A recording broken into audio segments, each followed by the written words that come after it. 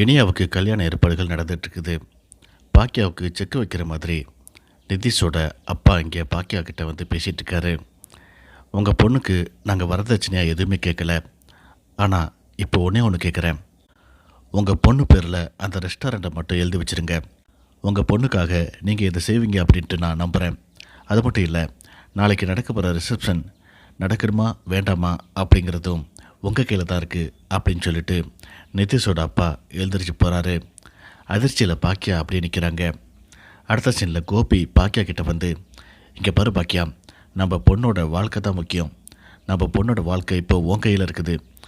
நீ ரெஸ்டாரண்ட்டுக்காக நம்ம பொண்ணோட வாழ்க்கையை அழிச்சிடாத அப்படிங்கிற மாதிரி பிரெயின் வாஷ் பண்ணிகிட்ருக்காரு. பாக்கியா எதுவும் பேசாமல் அமைதியாக நிற்கிறாங்க. பாக்கியா என்ன மாதிரியான முடிவெடுக்க போகிறாங்க?